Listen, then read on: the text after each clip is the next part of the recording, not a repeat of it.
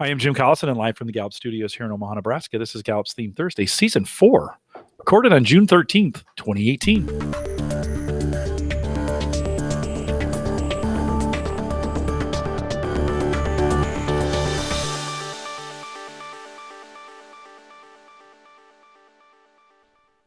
Theme Thursday is a Gallup Webcast series that dives deep into the Clifton Strengths themes one at a time. Today's theme is deliberative. If you have questions, comments, or contributions during this webcast, we do have a live chat room. It's available for you right below the main video window, just down there if you're on our live page. Choose log in, bottom left-hand corner of that window. Choose the guest account. You don't have to create an account. You can use other social accounts if you want, but if you don't want to, guest account, take your name, take that guest name out in the number, put your name in, hit submit, and you're in our chat room. There's 20 or so out there today, and we'd love to have your feedback. We are doing this on a Wednesday instead of a Thursday, so we'll probably have a few less today, but appreciate you joining us in the chat room. If you're listening to the recorded version or have questions about strengths coaching solutions, you can contact us for that as well. Send us an email, coaching@gallup.com, or use the contact form right there on the live page.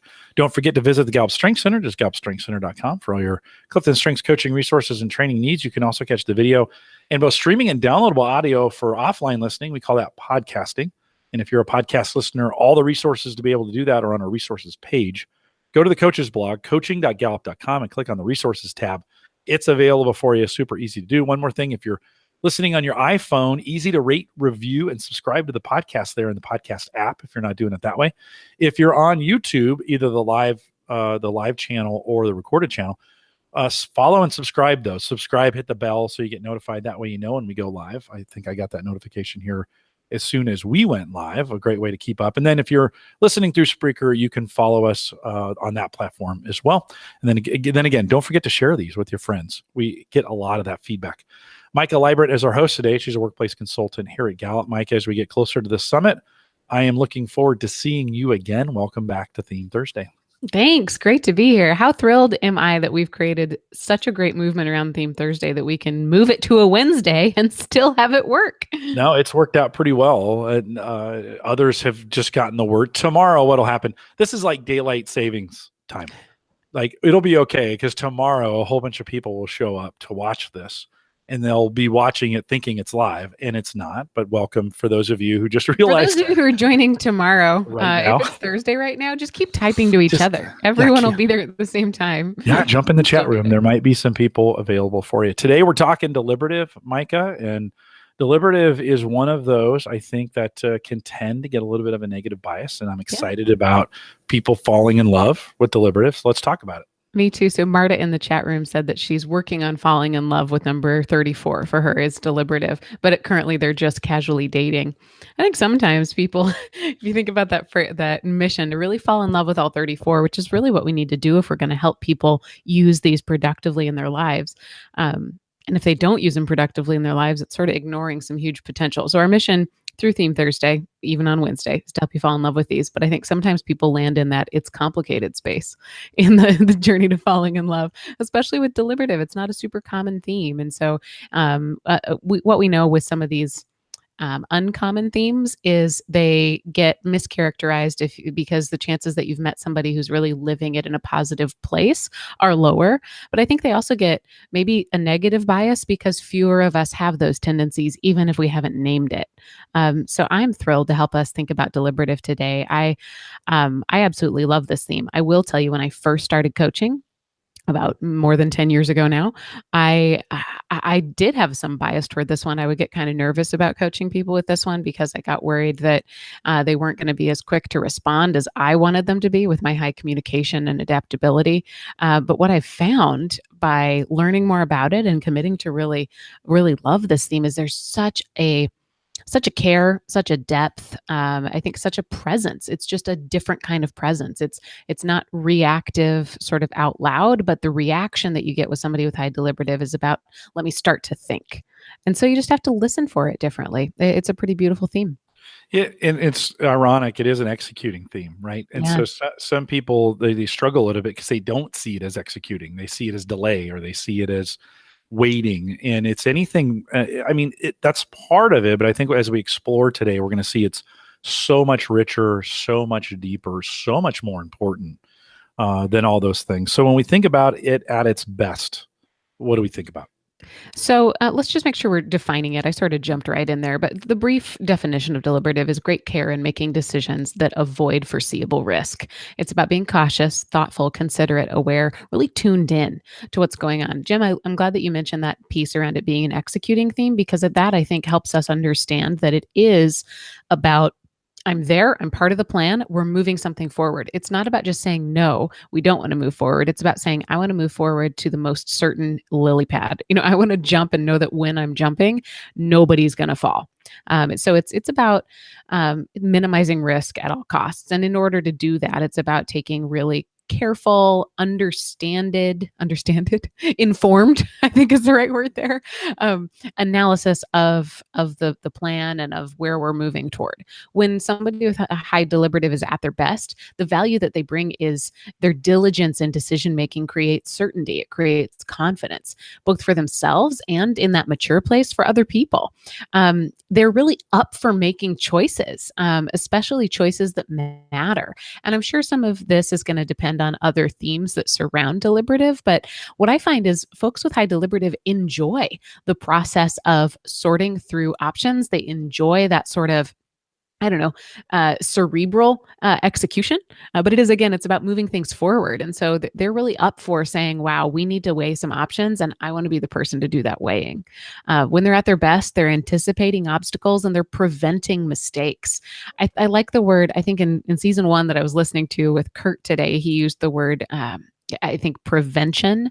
I also like the word protection. I think about deliberative as being a very, so here's my nerddom showing, but if you're a fan of Game of Thrones, I think the deliberative people are at the wall. They're those folks who are just going to guard the realm, if you will, and be able to say, we're not going to make the wrong step. I'm going to wrap you in this careful thoughtfulness and move forward in a way that is certain, move forward in a way that as much as we possibly know today will avoid any failure that we possibly could have.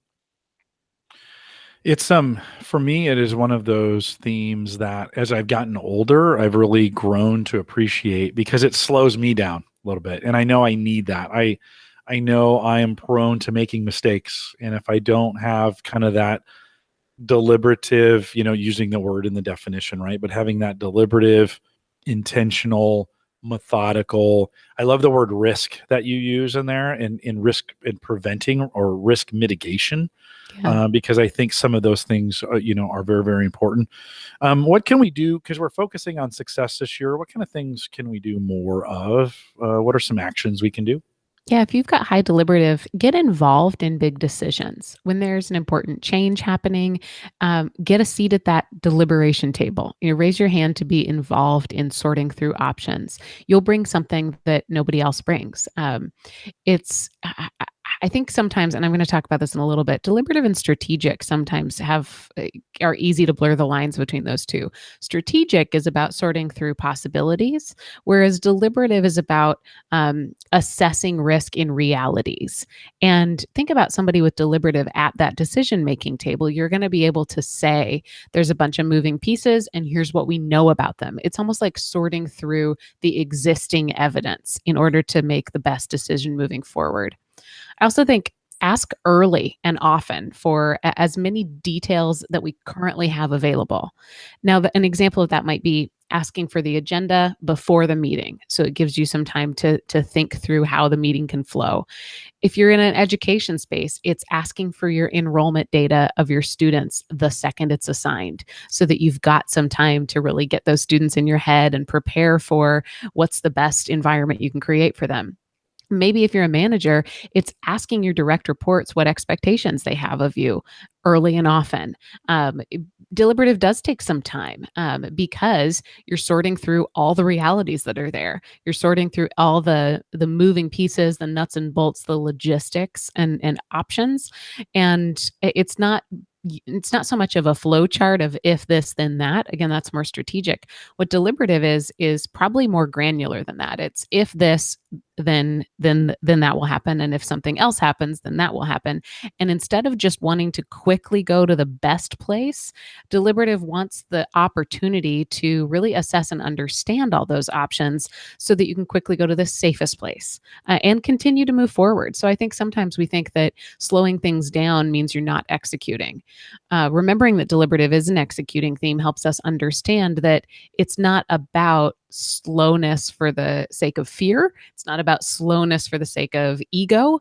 It's about maybe I think slowing things down is a byproduct of the amount of thought and consideration that deliberative gives to things. I also think you can offer yourself up. That in itself is a great way to manage your own life. But think about offering to be a sounding board for others. So you don't have to own others' projects, but you can help them see risk that they might be blind to. Yeah, I love that. I love the risk idea. Rachel says, I don't risk assess as much as I find the options that will create the most valuable or the most value for the most people. There is an element of risk assessment in that because you're saying, I don't want something that isn't providing value. The risk in the situation is we'll have this event, we'll have this thing, we'll do this action, and it won't provide value. That's a risk, right? In that sense, sometimes we think of risk of falling off a cliff or one getting hurt or something bad happening. It can also be a risk of not having the best possible scenario happen to them. I love that. Thanks for catching it. And thanks, Rachel, for bringing it up, because I think it's easy for us to think about deliberative in that almost caricature place of, nobody's catching on fire, nobody's hammering their thumb, right? But it is sometimes also a risk sometimes is a missed opportunity. So depending on other themes, depending on your values, depending on where you're aiming it, your deliberative could be just protecting the best possible outcome. Yeah, and you mentioned strategic earlier. Oftentimes, again, in its rawest form, strategic looks at what's the best possible scenario, theoretical. Like, hey, this would be great if the planets aligned. This is the best possible thing. Well, deliberative, I think, really takes in the idea of execution in mind. Right. This is why I think it leans towards this executing domain. Is that it's like, what's the best possible, knowing people are actually going to have to do this. Yes. Yeah, absolutely. Back on Earth, how are we going to navigate this is what deliberative says. Strategically, it would be awesome if we could get from LA to New York in 3 hours. But that's, we need to kind of think through, how do we get people there safely doing that? So what do we ask for? What kind of environments best support this talent? Sometimes it's about just asking for time, but I think time is, again, a byproduct. Ask for the opportunity, whether that's time or information, to consider your options, particularly with existing tasks. So think about what do you already have in front of you? What does your team already have in front of you? And how can you make sure that you feel like you've done your homework? Deliberative is so much better when they've had an opportunity. Again, that doesn't have to mean time. It could mean access to stakeholders. It could mean information. But when they've had an opportunity to really interact with all the parts of a particular task. Also think about asking for clear understanding of how success is going to be determined. If you're paying close attention to what we've all agreed upon to be the target, you're not going to waste time sort of analyzing rabbit holes or unnecessary options that don't align to that kind of success. Yeah, I think those people find analytics or data as their friend. Sure. Right. It's one of those pieces where we want to think through it, ask for more of it. What can we worry less about? What are we not? You're not going to be great probably at making on-the-spot judgments. Not to say that you shouldn't trust your gut, but your gut, if you've got high deliberative, is it's more detailed than just a feeling. You can be responsive, I think, and by promising people that you're going to think about things. You don't have to be the person who quickly just says yes to every project that comes your way. So think about promising care instead of promising whatever anyone asks you to do. I think also avoid roles that are going to require you to make that kind of on-the-spot judgment or require you to be a little bit more quickly to change course a little bit more quickly, or just get in front of it. If you can't avoid those roles, get in front of it by finding phrases that are going to be your best friend, phrases that buy you the time that it takes to consider things, and that also teach other people about the value that they're getting when they work with you. You might think about phrases like, hey, I'm considering a few important things, or let me sort through some potential avenues and find the best one for us. You might even say, I can help you with what you're asking, but I really want to make sure we do this right, so I can't get to it this week.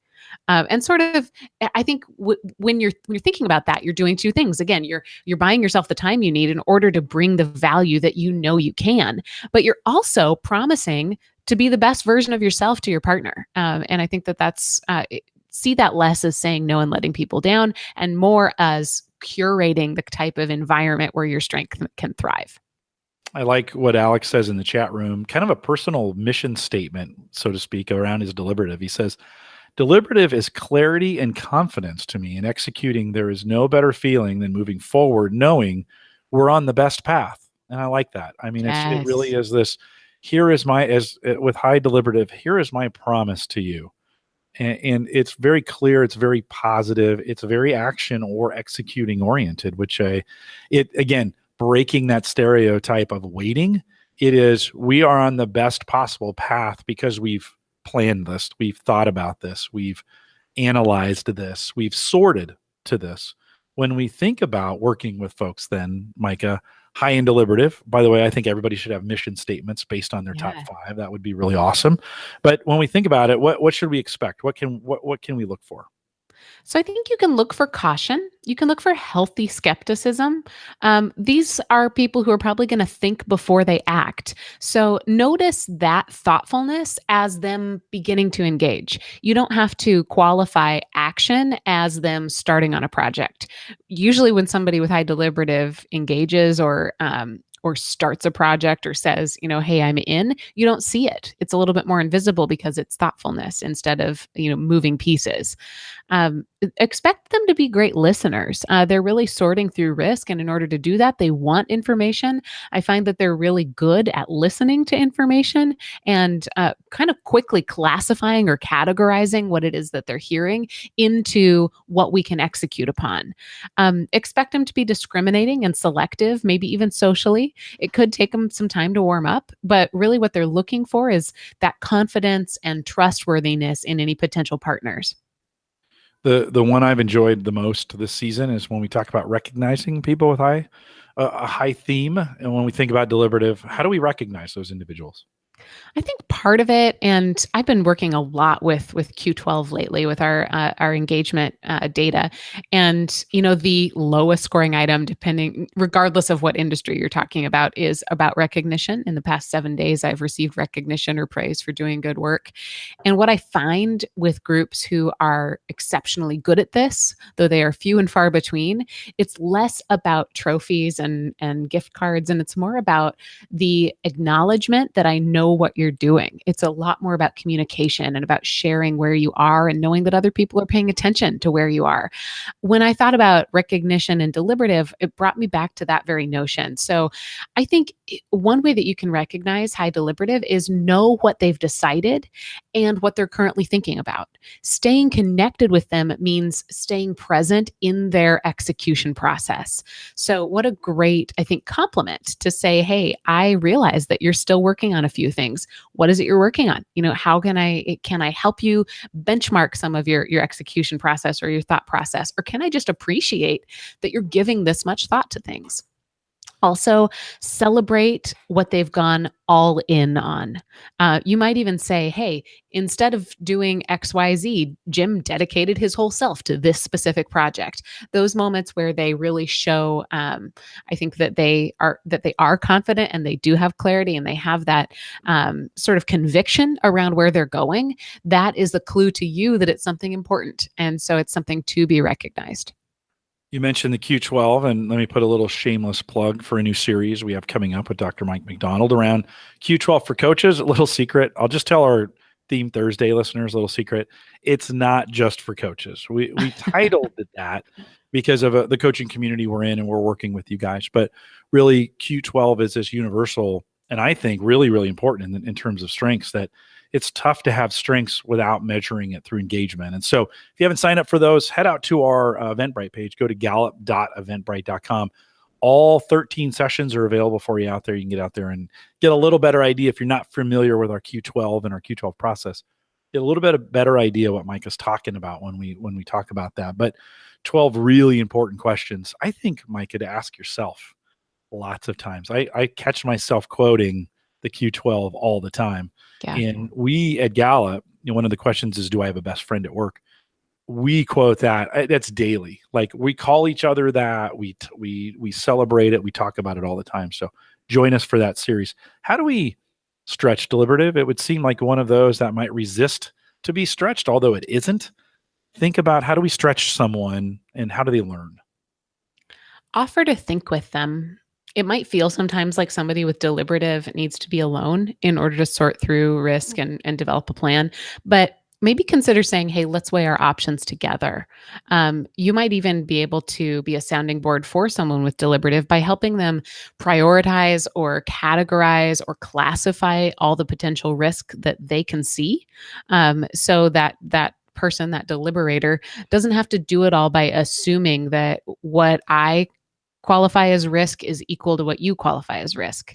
So sometimes I think we can, we can get in our own way with high deliberative of being able to say, gosh, this would be the worst possible scenario. Maybe having a sounding board, somebody who isn't going to hold you to having everything sorted out before you say it out loud. So having that safe sort of sandbox to play around with options, having a sounding board who can say, you know what, that worst possible scenario that you're avoiding actually wouldn't be that bad. Or I know of a case where we've dealt with this before. So it is in a lot of ways, it's about thinking with them, but really it just comes down to making sure that you've offered all the information that you have about something and then given them the opportunity to sort through it. Yeah. And I love that idea of partnering. I think there's some great value in that, especially when we think about the other side of those themes, the activators, the people moving when there seems to be a stoppage, and partnering those who have the high ability to move.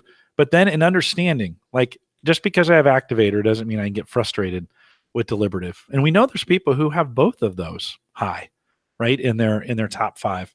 And so it's that, I think it's the stretch on both sides of understanding these themes, where it comes to, and then how are we maximizing the value of both in that? And that's, as I've gotten older, I've just realized that's so important for me as an activator to engage those with deliberative, not setting up a meeting that is going to maybe have a decision that has to be made right there. If at all possible, let's not set up a meeting that requires a decision right now.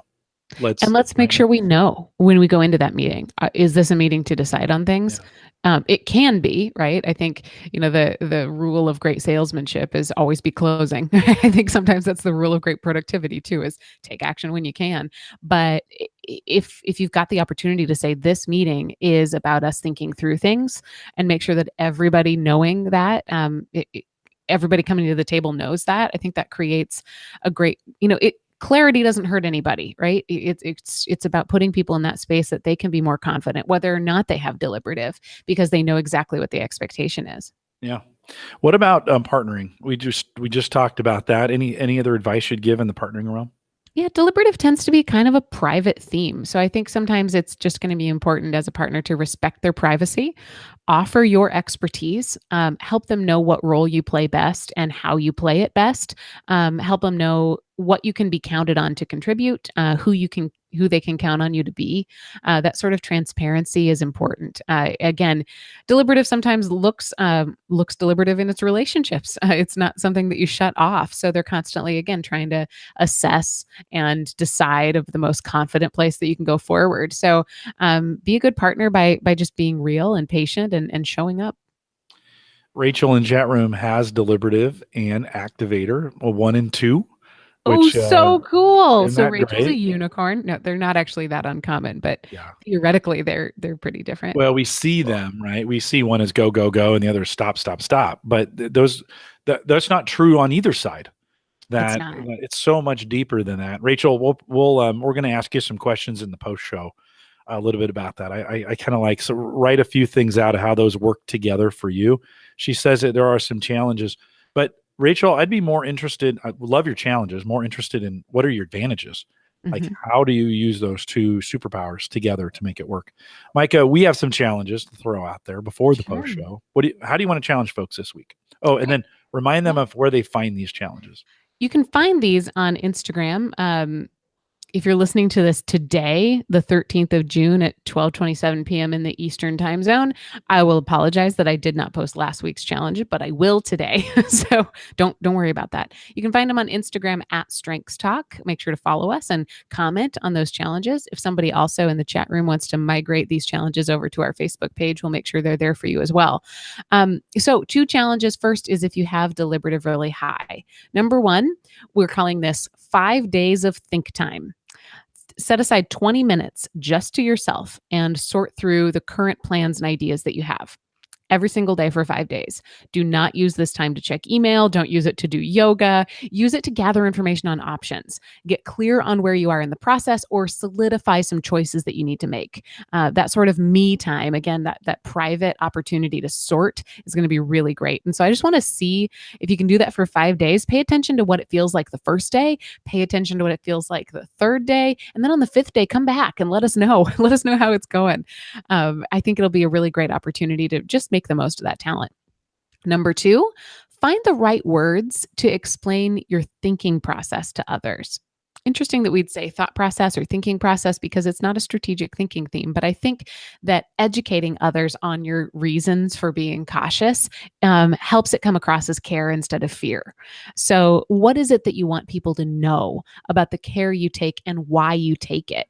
This, Jim, you mentioned everybody should have sort of a mission statement or a value statement. You might think about weaving some of your personal values into this, but really just help people understand why your thought process is the way it is, or what you hope to get out of being risk averse or being cautious. I'd even add a little piece to that of when you know you need time and you're working with partners, find a way to communicate to them when you will get back to them. Yeah. And say, I need, hey, you know what? I need 15 minutes after this meeting to just think about this, or I need 24 hours and I think it's really important for those that have deliberative and want that time to think, to have really, really clear communication back on when they will be getting back. You're working with an activator or you're working with a team that's moving. And if this undefined time period, everybody else forgets. And so I think it's really, really important for yourself as well to set those deadlines, whether it's 1 minute or 1 day or 1 week, that you clearly communicate that need to think it through and then do it. Communicate back, do what you promised, and get back to them. So I'd add that as maybe a little subplot. Doesn't have to be a subplot. That's just going to be number 3. I'm going to add it. And I think that's, what's really great about it is be upfront and overt about it. Maybe be able to say in the end of a meeting, hey, our takeaways are, I'm going to come back and give you, my response in 24 hours. Because like you said, Jim, people forget.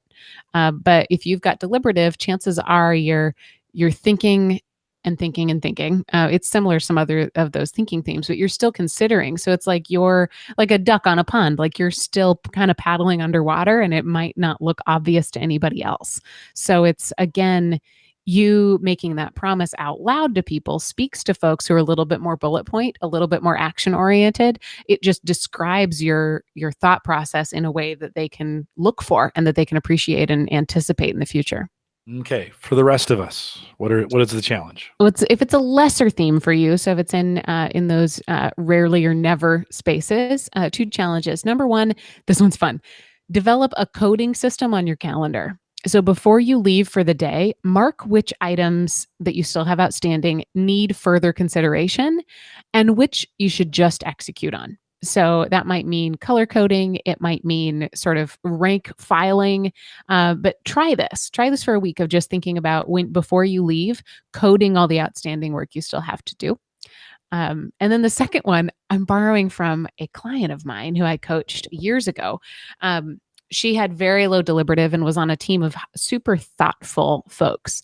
And it wasn't necessarily deliberative. It could have been, but she found that her tendency to just want to move forward on things was not working. It was frustrating everybody else, and it was kind of frustrating her. So she did this, and I encourage you to try it if you've got low deliberative and it's getting in your way, or even if it's not, just see how this feels. In your next big meeting, practice what we call the sip. Take a drink before you speak. So make sure that you've got coffee or soda or tea or water with you. And just before you jump in and offer something, take a sip. That'll give you time to slow down your brain. And it'll also give others time to sort of process what's going on. Very thoughtful. Maika, anything else you'd add as we think about deliberative? Just that it's a really beautiful theme, and I'm excited for folks to fall in love with a little bit more. In the chat room, people are saying 20 minutes, only 20 minutes. What are those about for 20 minutes? It's just an opportunity to say, if you could do this every single day, be more intentional about that theme, see that it's happening in front of you, and that's really what those challenges are for, regardless of what the theme is. It's how do you accentuate, accelerate, really live in and notice this sort of natural behavior that you have. With deliberative, that natural behavior might be a little bit more invisible to others and might even be invisible to you because you don't realize the whole world isn't wired that way. So I encourage you to dive in and try it and really notice when you're deliberating and notice what kind of a great value it brings to the world. Jim, you mentioned earlier when we were talking about the clarity that deliberative brings. I think somebody in the chat room even said that it brings confidence and clarity.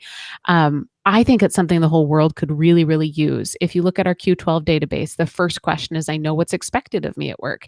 And over half of our respondents can't answer a 5 or a strongly agree to that item. And imagine how much faster, how much more efficient, how much more creative we could be if we all had that kind of confidence and clarity. Deliberative gets there by avoiding risk, by making sure that the ground you're standing on is very firm. Other themes can get there in their own way, but I think this one seems uniquely designed to help solve that workplace engagement problem. So if you've got deliberative, dial it up.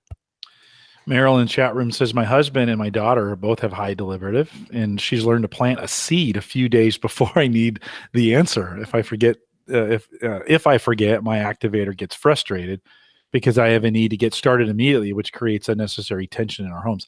I do like that first part of it, and I'm a little guilty of this myself, is I've begun to realize there's a lot smarter people than me. And if I get the word out early to people, they can think about it, are high in analytic, high learners, with deliberative. And I can let that marinate and stew, and they'll think through it for me, and they'll come up with some great answers that I would have never thought of. And so as an activator, I've tried to do my planning better to get those conversations earlier so I don't have to have an answer right away. And I think that's when we think about partnering with anybody on these things.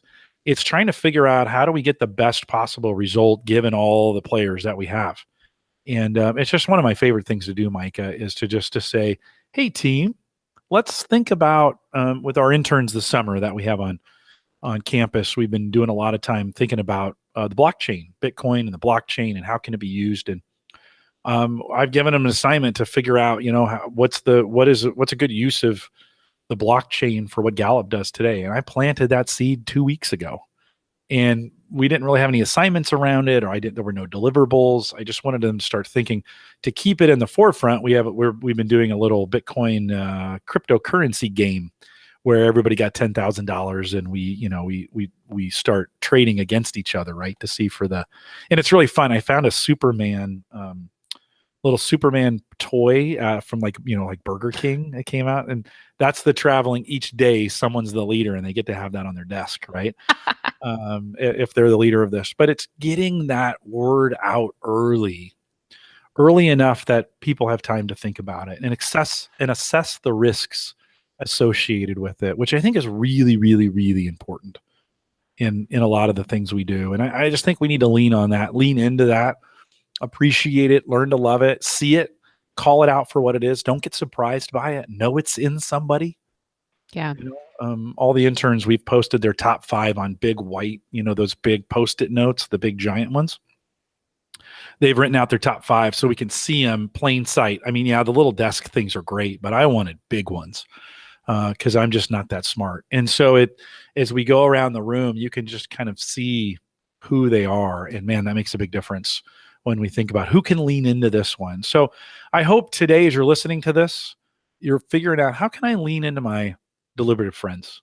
How can I take advantage of that and then give them some ramp, some runway to be able to think through, sort out, and really do a lot of great risk assessment for you. So, I think, Maika, Jim, you want to add before to we that? close, I just want to add to that. It got me thinking. I think there's so much about a lot of themes where we think we have to filter before we give somebody an assignment, or we think we have to do some of the pre-thinking for them. Deliberative is one of those, especially, that you're not helping people out by withholding information. Let's be a little bit more collaborative, a little bit more on the same page, a little bit more understanding that we need each other, and don't feel like you have to manage somebody with deliberative, even if they're your direct report, right? The more open you can be with what you know and what you expect, the better off we all can be. Right on. I think we'll end it with that. We'll remind everyone to take full advantages of all the resources we have available at the Gallup Strength Center. Just gallupstrengthcenter.com. Send us your questions or comments if you'd like to be a guest blogger. You got something you've been thinking about writing that's kind of strengths related, write that down. Send us an email to coaching@gallup.com. Put guest blogger in the subject line. That'll route its way to Maika, and we will consider it for our coaches blog. You can also catch the recorded audio and video of this program, as all the last ones we've done. We're in season 4, so we've done 90 of these things, and they're all available for you on our coaches blog. Head out to coaching.gallup.com. There's a resources tab, by the way. 90% of the questions you guys ask me, I just go to the resources tab to get the answers. You could do that quicker than waiting for me to answer you on Facebook. Resources tab, all that information is right there available for you. Don't forget as well, we have FAQs for all our sites. They're at the bottom too. That's the second most popular site for me that I go to. If you're interested in becoming a Gallup Certified Strengths Coach, we have the Clifton Strengths Summit coming up July 16th, 17th, and 18th. Not far away. There's still time to come. We have 1,200 people coming to that thing this year. We're excited to have you if you're listening and you're coming. All the courses, by the way, 15% off, and they're filling up fast. So head out to cliftonstrengthsummit.com if you want to see the courses that are available. If it's past that time, you can just go to our courses page, courses.gallup.com. We'll get you there as well. Join our Facebook group. Lots of conversation going on. We needed 47 to join while we were here on Theme Wednesday, which we're calling this time. I don't think we got it, Maika. But if you want to join us on our Facebook group, it's facebook.com/groups/call2coach. And many of you have made it over there. Don't be a lurker, by the way. Be a poster. Come out and join in the conversation. And make to a t-shirt. Don't be a lurker, be a poster.